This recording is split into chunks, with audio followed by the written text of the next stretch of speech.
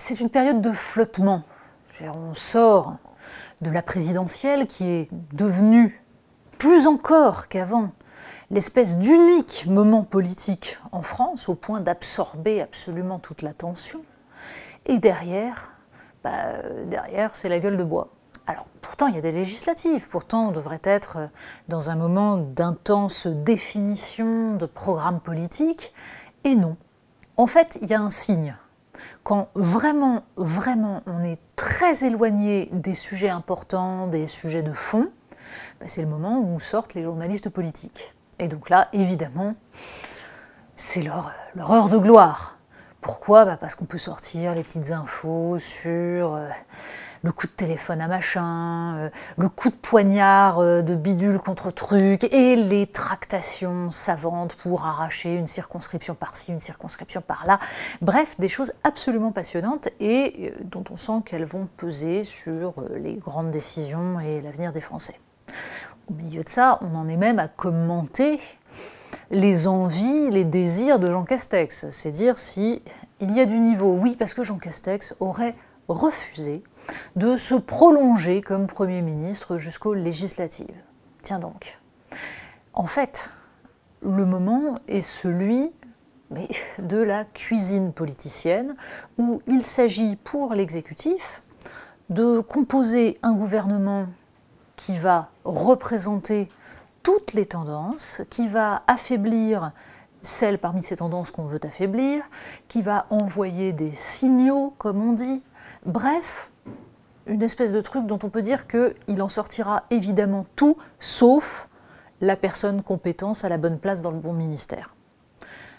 En l'occurrence, donc, les noms de Premier ministre flottent dans l'air. On apprend par-ci, par-là que non, Carole Delga n'a pas été contactée, mais qu'elle n'aurait pas voulu de toute façon, ça tombe bien. On apprend que l'ex-DIRCAB de Manuel Valls, Véronique Bédag, aurait été contactée et qu'elle aurait refusé. Oui, parce que s'ajoute à la nécessaire cuisine politique un élément supplémentaire. Il faut désormais avancer des noms de femmes Premier ministre. Et oui, parce que ce serait à peu près la seule chose qui n'a pas été faite ces dernières années.